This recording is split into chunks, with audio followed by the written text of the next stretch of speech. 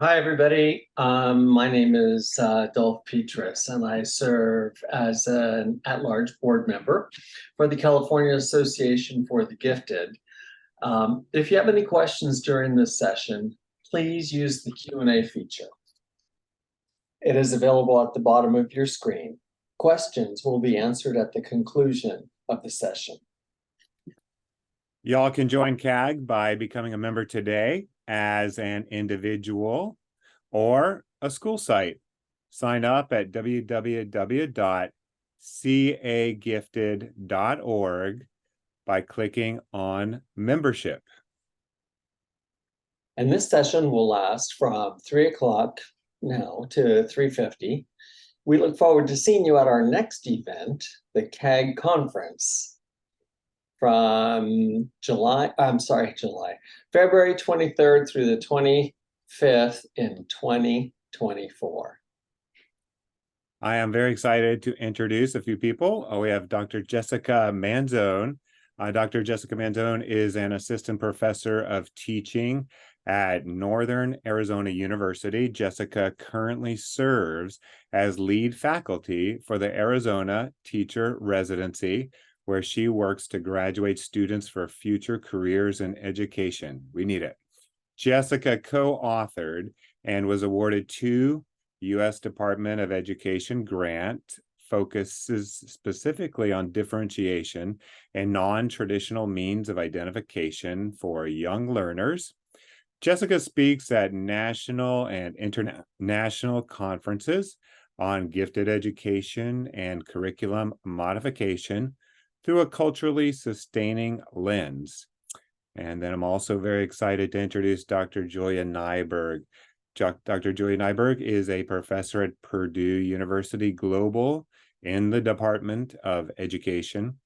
Dr. Nyberg was a K-6 classroom teacher and professional development expert in the United States and Asia before entering higher education. Dr. Nyberg's research focuses on curriculum and instructional design, gifted and talented students, and curriculum strategies to value, integrate, and culturally sustain populations who have been marginalized in education. Dr. Nyberg speaks at state and national conferences and provides demonstration lessons for school districts related to her expertise in curriculum design and differentiated instruction. Dr. Nyberg is the co-developer of the Home and Community Connections model, an instructional strategy that integrates the student's family and community into the curriculum. Welcome.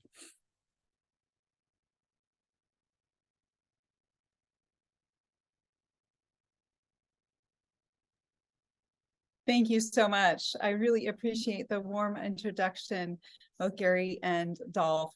And thank you so much for really contributing all of your energy to the California Association for the Gifted as board members. We're so grateful that you are here to help facilitate this event.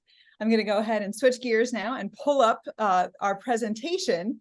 In order to get this going, I have to change a few things because I have a few other things on my screen to facilitate this event. So I am clicking over now and pulling up the slide deck for this event. And as Dr. Manzone points out in the chat, Dr. Manzone is in Texas. We presented for ASCD yesterday. So we are definitely keeping busy. We presented in Colorado earlier this week.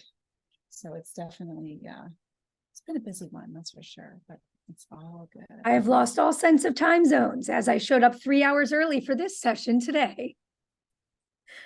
Yeah, we've had to do a lot of time zone conversion this week, but hey, that's what happens when you're having fun.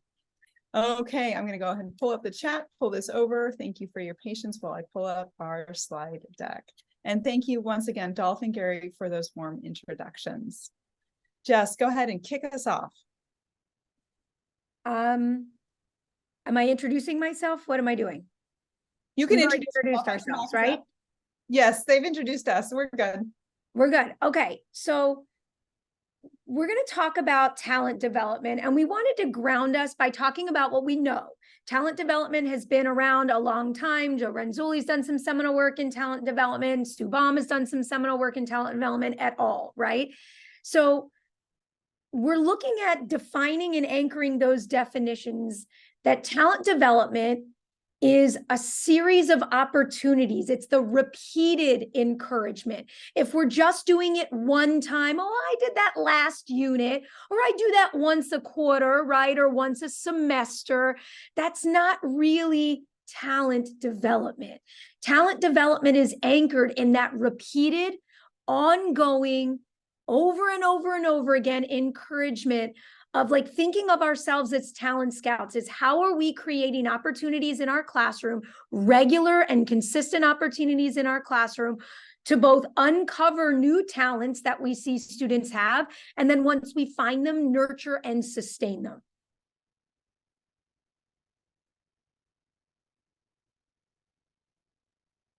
And I think to add this, the fact that talent development also really corresponds to the development of learners' self-confidence and their task commitment.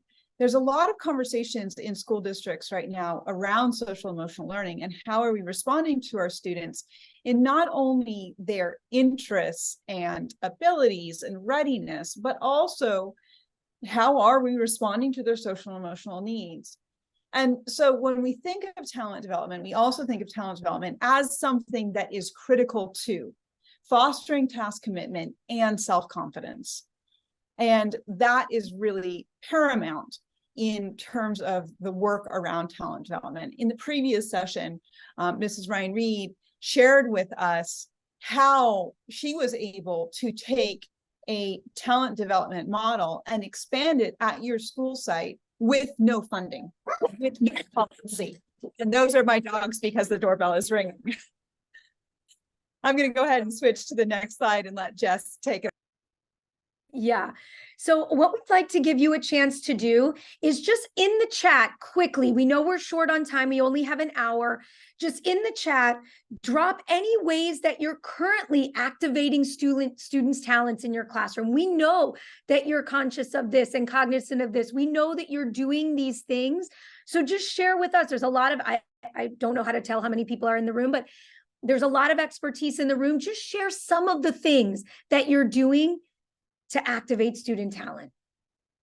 Good, Gary, thank you. Love that. Positive affirmations, community building, that goes directly to what Julia was saying with social emotional learning. And we know that relationships matter. I was just looking at some of the data coming out with teacher retention, that teachers who feel connected to their schools and communities are 2.5 times more likely to remain in the classroom after 1 year than teachers that don't. So those building and forming of relationships with learners, with our colleagues, with our school communities matters. Good, these are wonderful. Circles, weekly check-ins, good.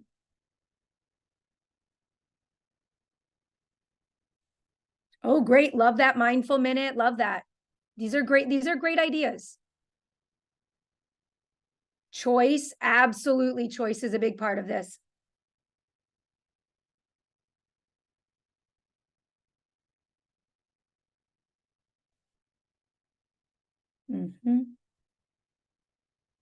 Great. Great. This is a wonderful list. We're all like furiously writing down some of these activities as they go flying by, and we should be doing all of these things in our classrooms.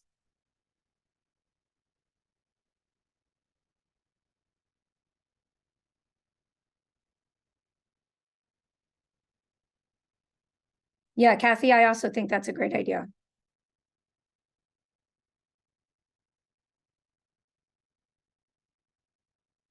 Good. Jules, can you hit the next slide for me?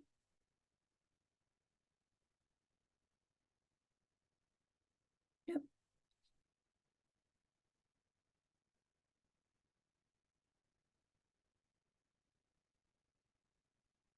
Jules, can we click to the next slide?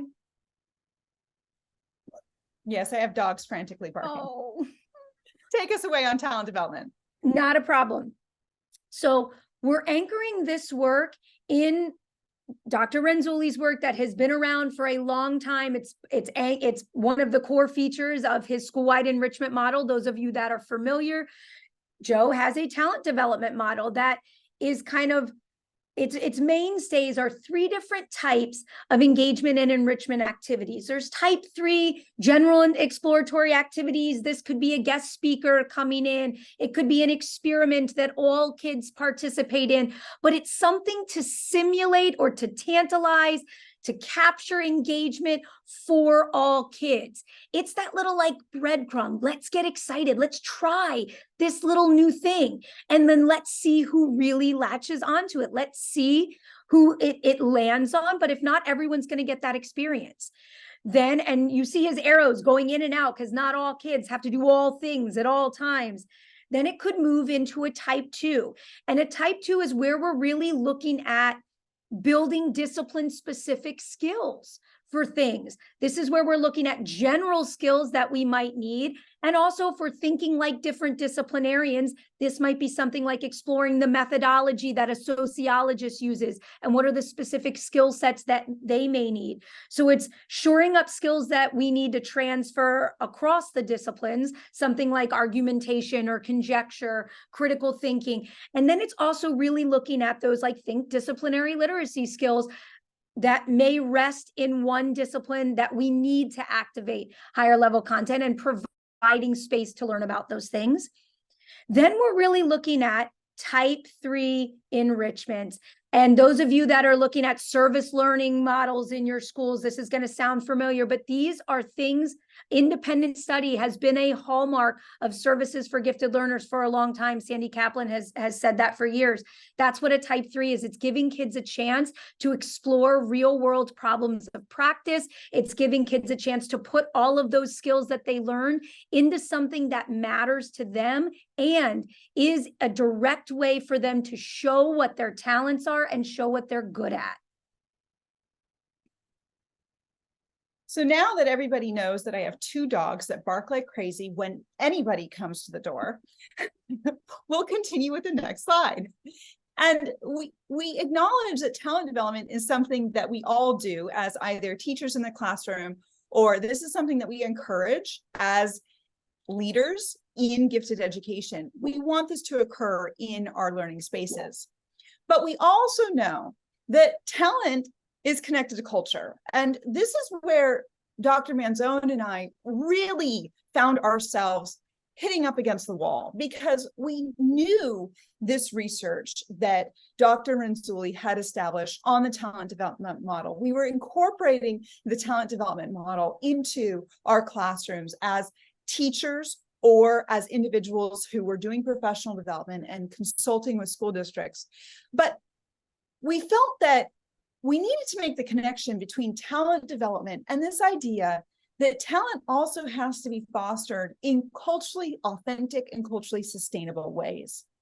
And what we mean by that is we're going beyond this idea that talent development is relevant and responsive, but we argue that it also has to be culturally sustainable. For generations, we have had communities in the education system who have been marginalized, who have been historically underrepresented and underserved. And in order to fuel that marginalization, we know that their culture has not been valued in the education system. It has not been integrated into the education system, and it has not been incorporated into instruction and learning in a way that allows culture to sustain over time. So we wanted to develop something that not only allowed us to incorporate a talent development model into our classroom space, but also to incorporate the intersection of talent development and cultural sustainability, because we feel that that is absolutely necessary and essential as classroom teachers.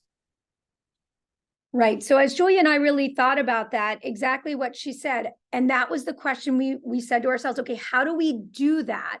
How do we take those original tenets of talent development that we know are hallmarks for gifted learners? We know they're good for all kids. But yet, how do we do that in a way that honors and values who students are? And we have to provide clear and explicit and direct ways to their funds of knowledge, to their communities of cultural wealth, because the way that I recognize and demonstrate talent is not going to be the way that my students do, especially when my students don't look the same as I do. It is imperative for me that when we know that the teaching field is 84% white women, and those are not representative of the populations that we're serving, that we have to say how that my view of talent, my way of recognizing and creating those experiences may not be in alignment with my learners. So how do I open those doors for them to create talent that is culturally sustaining and authentic to them?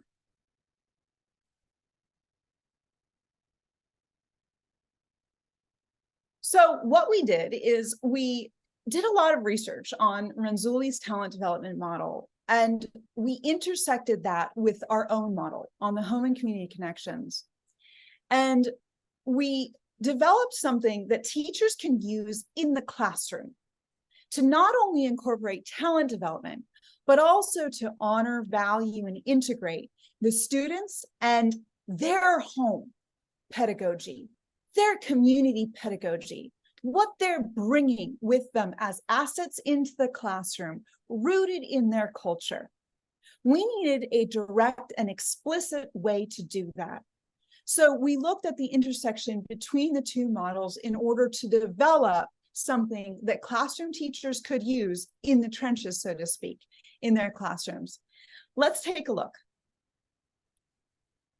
So one of the things that we did, and you notice the same type 1, type 2, and type 3, is that we're still keeping those same basic definitions, but we're just like funneling it through this home and community lens. So now our type 1s are exploratory activities, those guest speakers, those experiments, but we're doing it in ways that actually leverage something going on in the community. Maybe we're bringing in a guest speaker from our students' communities. We've put out a survey to parents to find out what their occupations and their passions and their talents and their hobbies are, and we're bringing them as the guest speakers. So we're actually honoring our parents as experts in their communities and bringing them in to help run those type 1s.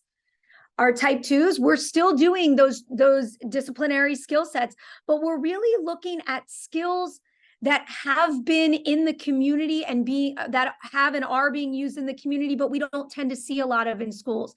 And this is where we're looking at things like different forms of communication structure. We're looking at different forms of language patterns, and are we building out skill sets that students already have that we see being used in their communities? Yeah, and that applies to a community need. Thanks, Jules. Then in our type 3s, we talked about this a little bit before, that we're actually looking at community problems of practice. What are things that are going on in our neighborhoods that our students and schools are anchored that we can bring into our classrooms? But and we might be doing that in a traditional service learning or type 3, but in this case, those issues are specifically related to issues of inequity. They're specifically related to marginalization. We might be looking at the number of minority-owned businesses in the community and why that isn't in proportion to the number of people that live there. And that's an issue specific to the community that I live, as we have Starbucks going up on every corner, pushing out community-owned restaurants. So we're actually thinking about where our schools and our students are located and what is relevant and purposeful to them, and giving them a chance to explore those issues in ways that demonstrate their talents and abilities and passions.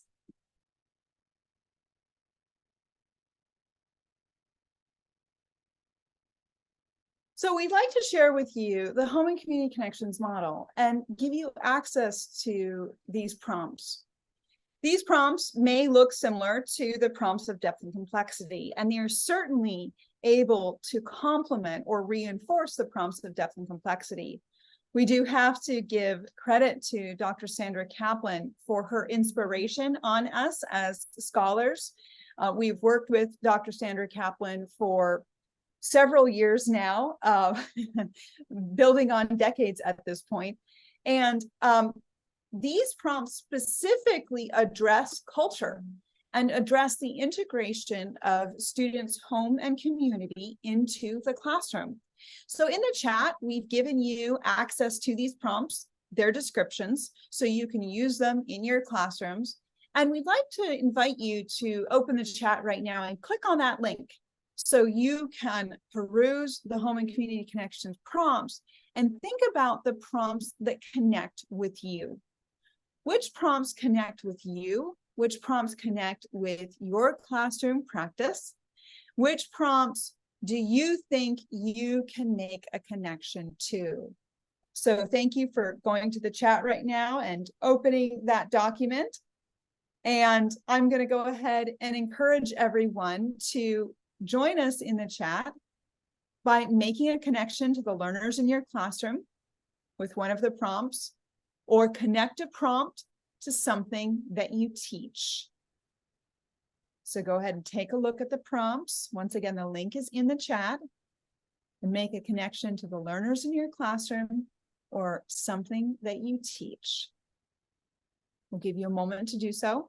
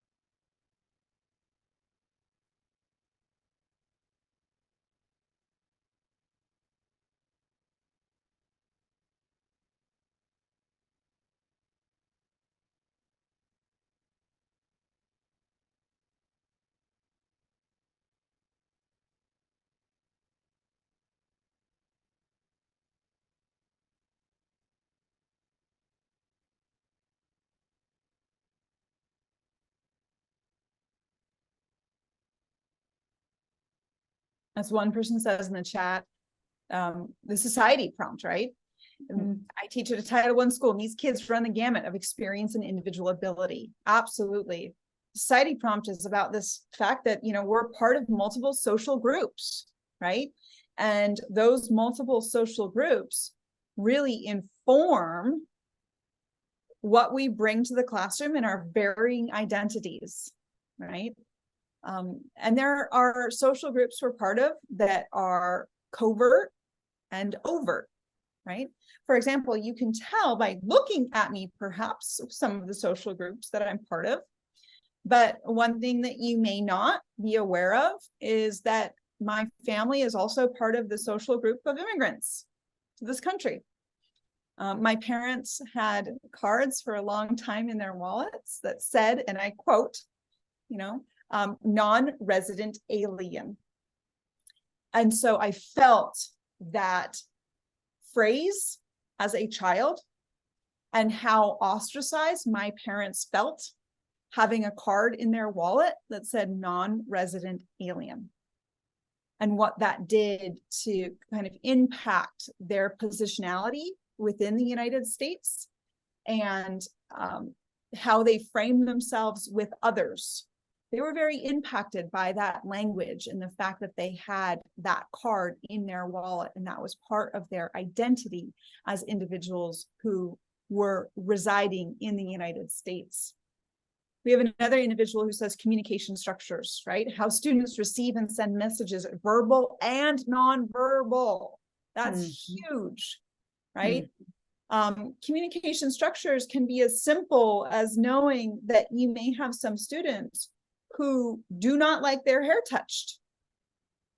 And that may be something that you need to honor as a teacher. That's a communication structure. It's a nonverbal means of communication that our students navigate. Another individual says collective action. I work at an IB school where groups examine a barrier in the world. Through action, students incorporate other classes, whole school, or families to help them complete their action. Absolutely. We as educators have to understand the action that our families engage in, right? What do our families rally around? What causes are our families a part of? That's really important for us to understand, because there's a lot of opportunities to connect to that action in the classroom. Right. Another colleague, go ahead. The communal philosophy one is really interesting because this gets at some core values, right, that we don't really talk about. And sometimes some of our miscommunications or our miscues deal with, I don't understand, or I haven't asked or know what your core values are, and they may differ from mine. My very first year teaching, my administrator hated me, absolutely hated me. And when I went back and I thought about, okay, what are the many reasons why this could be? But one of them would be that his core value was time management. Like, you needed to be on time for the meeting.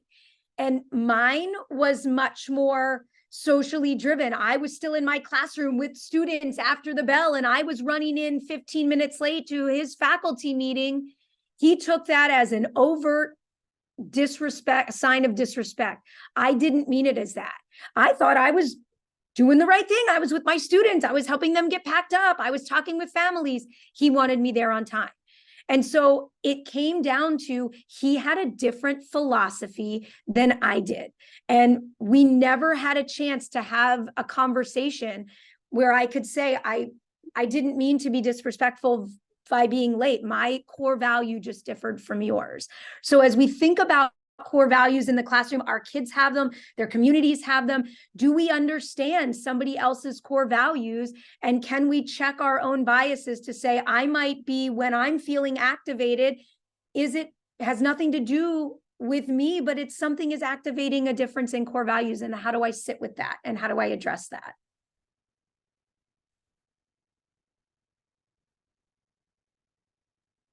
Absolutely. And as another one of our colleagues points out in the chat, communication structures goes a long way in a classroom. Knowing how to speak with students is a key to success in our classrooms. And that could be as simple as knowing the fact that, you know, in some families and some communities, there isn't necessarily a social expectation to raise one's hand when engaging in conversation. That it is okay, perhaps, to speak on top of another individual, and it's not considered interrupting. So that's something that's really important, to have those conversations with your students around the home and community prompts, to get an anchor for what you can connect with from their home and community. Now, as classroom teachers, first and foremost, Dr. Manzone and I are really intentional about providing you with examples that you can integrate into your classroom. So we've done just that. In our next few slides, we're going to walk you through some examples and show you what this looks like in terms of integrating this intersection between talent development and connecting to the home and community in your classroom. And one of the things that we want you to really we know this is a lot of text on slide. We're going to try to break it down. One of the things that we're feeling like is of utmost importance on this slide are those bullet points on the far right, where it says demonstration of critically conscious talent. Julia and I, as we've watched lots of kids and we've built this into our classrooms, and we've tried to distill what would talent, how would it be exemplified in a culturally sustaining way? What would that look like? What would some of those indicators be? And those are the bullet points that we're trying to highlight for you. And so jot those down, email us if you want them. Those are the things that it's like, well, what should I look for? What's my look for? It's not going to be exactly these bullets, and they're not meant to be a checklist, but these are some of the large criteria that we know that kids are demonstrating, but some of the opportunities that we're creating in our classrooms haven't given them a chance to have these things kind of bubble up to the surface. We believe that if we reshift our talent experiences, then we will see more of these things. things, and we will give kids a chance to explore them further. So on each slide, you're going to see a different set of like competencies come up. Those are the things to kind of take note of. In this example, we have on the left-hand side, something that we commonly do in classrooms with advanced learners or individuals who are identified as gifted. We want to extend their experiences, right? Extending their experiences. In this case, what we've done is we've explicitly taken the historical perspective HCC prompt. And we've said, okay, we're going to have students extend their experiences by examining the erasure that exists in standards and the histories of marginalized voices and perspectives. And we were in Colorado earlier this week, and we had a teacher describe to us how she had a very high Afghani refugee population at her school site. And so in the case of that specific school site, one of the things that she thought she would do with the historical perspective prompt was to have her student population examine the histories of Afghani women in each content area. And how do Afghani women contribute to the field of mathematics, to the field of science, to the field of English, to history, social science? How have these women contributed to these various disciplines? So all of a sudden, at this school site, she thought that she could create an opportunity for her student population, who at least half of the student population are Afghani refugees. How can she honor and integrate the voices of those individuals who have been marginalized within the Afghani population, in this case, Afghani women, to connect those stories from their home and community to the content? So what you see here is that students have that ability to recognize these patterns of inequity and inequality and examine the trends of the treatment of people within their community and examine the judgments that impact the history of peoples over time. And this connects to a type 1 experience. Perhaps this educator would have the opportunity to have one of those Afghani women visit the classroom and explain how she has perhaps contributed to the field of mathematics and what the students are studying in relationship to their content standards. So that's one example. Okay, so in the next example, again, on the far left, we're taking things that traditionally have been part of services for gifted learners, looking at real world applications. When we've looked and examined and done document analysis of curriculum and gifted models, we tend to see the real world application thing happening at the end. It's like we're going to do this whole unit, and then at the end, we're going to do the real world application thing. And that has been, we're not saying it's the pattern everywhere, but it is a pretty pervasive trend. And so what we're saying is, it doesn't have to go at the end. And so two, we're going to, in the beginning of that unit, we're going to have students think about the relationship that whatever it is that we're talking about has to something, some form of social action that has gone on in their community. And they're going to absolutely make that connection. And when we found that when we've given opportunities to do that, we're seeing kids who have always had these abilities, and this would be more of a type 3, because they're actually thinking about what's going on in their community. Maybe they're doing a little bit of social action.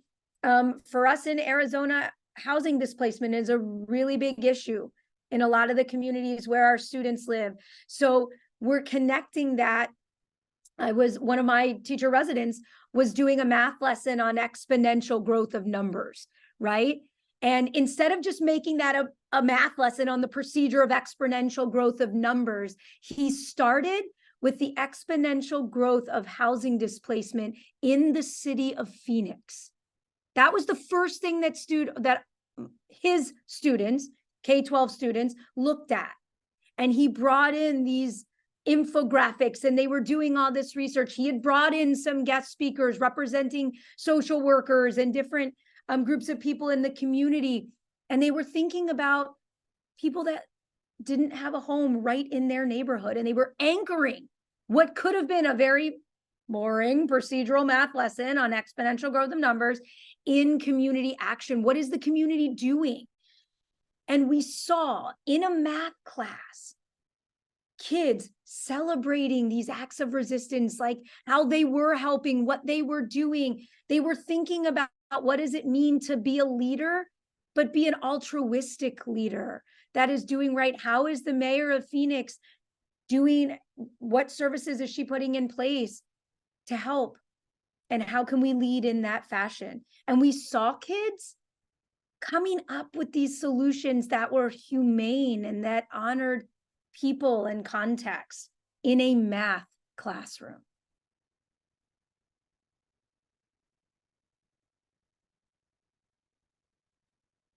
In this next example, we have the example of utilizing current events and multicultural literature.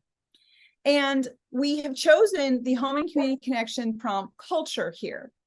And in this case, what we're encouraging students to do is self-select a text that reflects their culture. So instead of the teacher curating the multicultural resources, we're having the students self-select a text that reflects their culture. And in this way, they can examine that text using critical literacy skills and connect to things like universal concepts, which you may be using in your classroom. This is an example of a type 2 talent development activity, because we're allowing the students to display their knowledge, make decisions about pieces of literature that genuinely reflect their culture, and recognize how they are the same and different from others.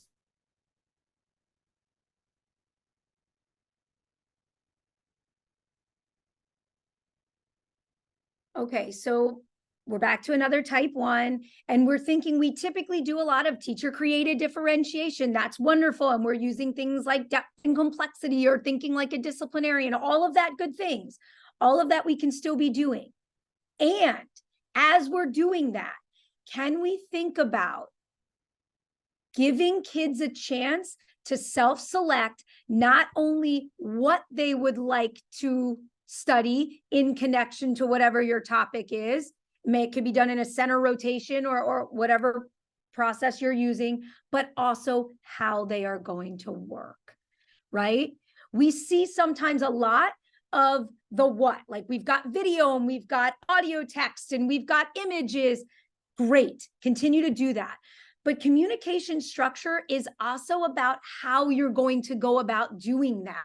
So inside of your differentiated type 1, if you're, using some kind of MTSS structure or doing UDL and you're looking at tier 1 instruction, can we think about giving kids a chance to communicate in their preferred method by working independently, their choice, working with a partner, working with small groups, maybe working with me, maybe working with one of our community partners or leaders that's in the room at the time. So you're differentiating not only the what through the resources, but you're also differentiating the working style, the communication preference of the how. And when we've done that, we've seen kids really start to demonstrate self-efficacy by leveraging their ability to go, I'd like to work alone today because it would be in my best interest as I read this piece of text. And that demonstrates a sense of self-awareness, that they're thinking about lots of ways that content and messages are conveyed. And they know the different ways messages are conveyed might lead to audience or ways of interpretation. And they're altering the way that they're going to interact with those. They're making that choice. And we're letting kids set some personal and collective goals. If I'm working in a small group and that's my choice, what is our goal going to be? As Julie and I work together as partners in this 25 minutes, what's our collective goal going to be? If I'm working alone, what is my individual goal going to be? And so we start to see students be able to do this when they're given a choice in communication, both in terms of resource and working and how they want to work working conditions, basically. I think one of our collective goals is to not have my dogs bark so much. Now everybody knows I have 2 dogs that are very vocal at times. I have kids who are crawling outside my house all over the place, all over children running, and yes, that's what's going on. Okay. I think that this one is something that we've done a lot of as teachers, especially during COVID, this idea of creating choice boards for students, for them to self-select their learning experience. In this case, the student is not only engaging in this type 2 experience of having choice, but they're also looking at choice in connection to artistic contributions. And they're looking at the skills of the artisans within their community. We're not necessarily thinking about the artists that hang on museum walls, but who are the artisans within their community? What artistic domains are being engaged within their community? And how can they exhibit their understanding of a content standard through an artistic domain that's anchored in their community?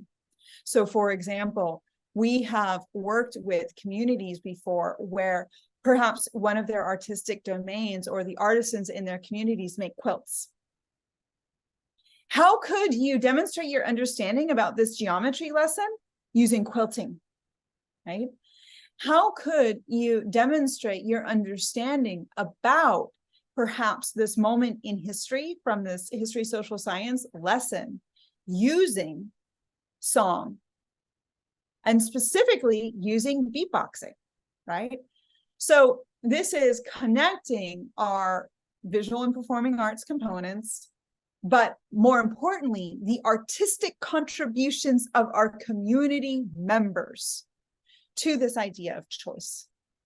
And how can we demonstrate our understanding of our content standards by using choice and also integrating some of those artisans within our community to demonstrate our knowledge of this content standard?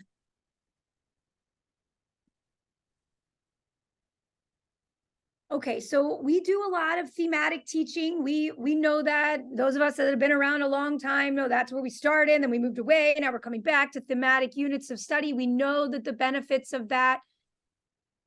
The goal here would be, can we move from complex concepts and themes such as friendship and communities and the environment to universal themes, power, change, system, structure, and themes that actually rest in the criticality lens, themes that are intentionally highlighting systems of equality, things that are looking at positions of power. So we can have students, whatever they're reading, whatever we're studying, let's take our unit on the community. And instead of just resting our theme with community, can we talk about traditions within the community that we have, coming from the various homes and backgrounds that we're coming from? Can we connect those traditions and everything we've studied about communities to power? How does power resonate in the traditions of your community? How would your community say that their traditions have changed or stayed the same over time within that community? Those are just some simple questions that we can craft, but they blow wide open the door for students to walk through and say, this is who I am and my community. And maybe you haven't lived the same, you may not know my truth and experience the same truth that I have, but hear my truth, right? Because I'm here to talk to you about it. And when we've done that, we've seen these talents come out in kids that are able, they have strong moral courage. They're able to reflect on their own positionality in the world. They're able to understand that the experiences I have may not transfer to everybody. We see kids being able to do this. They're able to think about the impact of power on different groups of people in their community and develop a sense of empathy, even if they don't have a shared set of experiences. And kids have this innately in them. A lot of gifted kids have it, but sometimes we don't. The experiences that our typical curriculum, even our gifted curriculum for gifted learners, doesn't provide us the chance to see some of these things. And when we see some of these things, we can go, oh my gosh, look at the connections that kid is able to make. Look at the empathy they're able to show. Look at the moral courage they have in highlighting and calling out that microaggression that happened in the lunchroom. And how do we continue to foster that?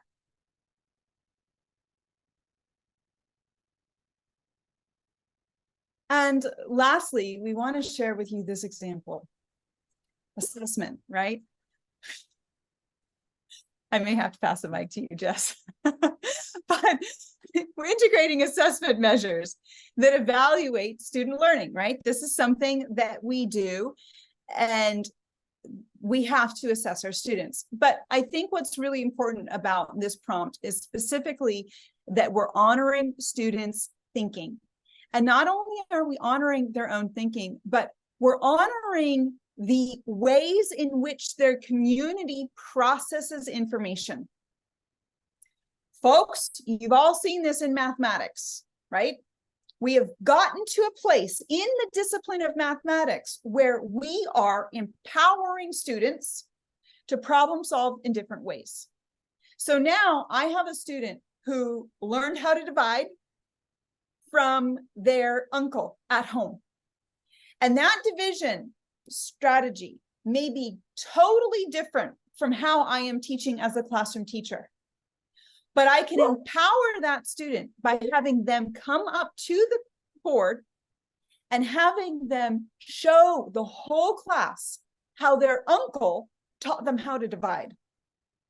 What we're suggesting here with this prompt is that we use this with all content areas, not just mathematics.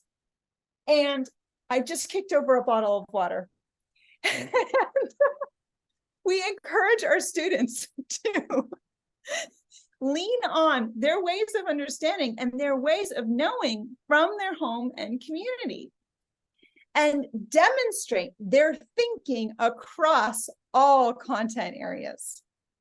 So this is a type 3 talent development opportunity for our students, because it's requiring our students to have both concrete and abstract thinking, right?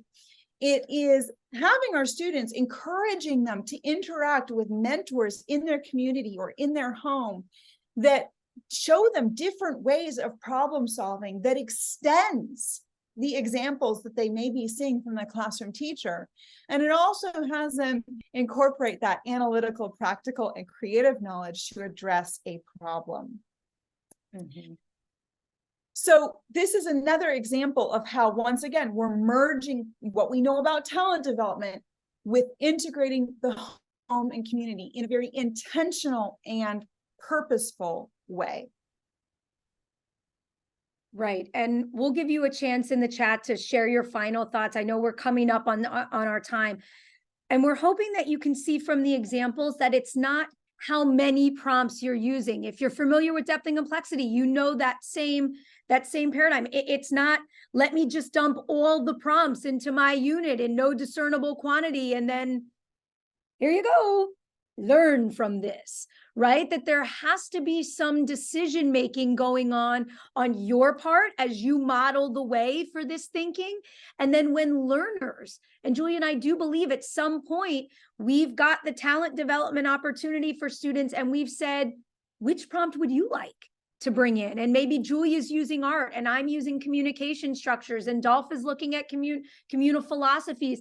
And yet, so then we're further personalizing an already personalized talent development experience. So it's not how many, it's your why. Why are you doing what you're doing? How are you making the link? How are you creating the space And this is where Julie and I like to say, this is a capacity building model for educators also, because you're not doing the thinking, right? Like, we like to use the phrase learner centered, right? But like, there might be some learner centered experiences where the learner don't want to be a part of that center, right? Like, why would I want to be in the middle of that one? So it's like we're creating the space that really centers the learner, centers the child in the content and in the experience, because they're able to personalize it with who they are and who their family is and who their community is and what they like and what they're good at. So yeah, we love in the chat that this can be applied to any lesson, any content. Yes, we believe that. We absolutely believe, whether you teach pre-K or pre-service teachers, I've taught both, right? That it can be applied to both.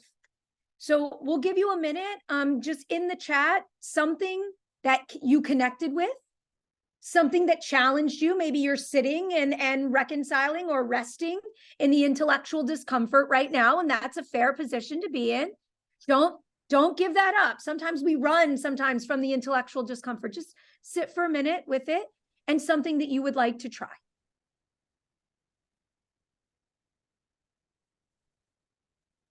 One of our colleagues says it can be applied to any lesson or content. I love this. It answers all 3 prompts. Another colleague says, I liked how we can integrate the home and community connections model to increase learning. Absolutely. And do so in that really authentic way, right? It goes back to, once again, cultural sustainability. Another person says, so many take-home lessons for me. The clip of good times made me rethink my evaluating of students. I truly enjoyed all of the speakers. Another person says, this is assets-based to the nth degree. Absolutely. Fantastic. Another person says, we'd like to try some of the examples shared by others. Fantastic. Yes. Yes, we can be the grassroots of change. And I had the privilege of listening to Dr. Uhuru Williams. He's a professor of history at the University of St. Thomas in Minnesota. He's been on all the History Channel things. And he said something that to me, I like literally wrote down and thought we should be putting on like a button or a t-shirt, that teachers are critical first responders for student thinking, right? I'm like, that is beautiful. And how can we start to honor who students are in the space and help them critically respond to the things going on in their world from a lens of what they're bringing and their voice and what they want to see. And I just thought that was such, like, when he said it, I thought, oh my gosh, this is such a beautiful connection to this work. Absolutely. Another one of our colleagues points out the fact that I'm a new teacher and I'm on board with everything we've talked about. I'm just really unsure of what this looks like in a classroom. And I think this is a really key thing that this colleague of ours pointed out. I find myself doing what I have experienced as a student. And I will tell you, that is something you are not alone in. That is something that all teachers struggle with, because we often teach how we experienced education ourselves as a student. It's a really common thing that we all struggle with. So I just want to share with you, you're not alone in that. And we really appreciate and want to acknowledge your bravery in terms of admitting that, because that's something we all struggle with. That's something that Dr. Manzone and I struggle with. And that's why we've intentionally developed this model, because we found ourselves in that place where we thought, gosh, how do we do this? We need something concrete. We need something tangible that we can integrate into our classroom practice. Dolph, go ahead. You wanted to jump in. I was just going to say that your comment, Dr. Manzone, on students being first responders, that is so cool, because they are. They're the ones that we're trying to reach, and they're the ones that we're connecting with, and that is what's going to build their knowledge. Right, exactly. And the research on relationship-based pedagogies, assets-focused pedagogies, is clear that teacher-student relationships impacts and like the degree to which we create space in our classroom, ours and our students, impacts engagement, student self-efficacy, their attachment and views of school, their achievement, long-term health incomes, and that's a 2020 citation. So that's like right in the middle of the pandemic. So we know that these things matter. It's, as Julia said, how do we do it? This is our attempt at how we actually do it. This is a publication that we have out there, Creating Equitable Services for the Gifted, Protocols for Identification, Implementation, and Evaluation. We highly encourage you to check out this text. It has a lot of chapters in it from seminal scholars in the field. So we encourage you to take a look, and please also don't hesitate to be in contact with us. If you use your phone to capture the QR codes on the screen, that will give you all of our contact information. And you're more than welcome to reach out to us, send carrier pigeons or what have you, to extend this conversation, and we can help you transfer these ideas into your classroom, your school site, or your school district. So don't hesitate to be in touch. Okay. Oh my goodness, Dr. Manzone and Dr. Nyberg, what a wonderful session. You know, the cultural sustainability, that is so pertinent to the world today on sustainable development. You know, just fits right in. It's awesome. Thank you, everyone, for attending this session featuring Dr. Manzone and Dr. Nyberg. We look forward to seeing you at our next event, the CAG conference from February 23rd through the 25th in 2024. Your certificate of participation will be available after you complete the event survey, which will be emailed to you next week. Thank you, everyone.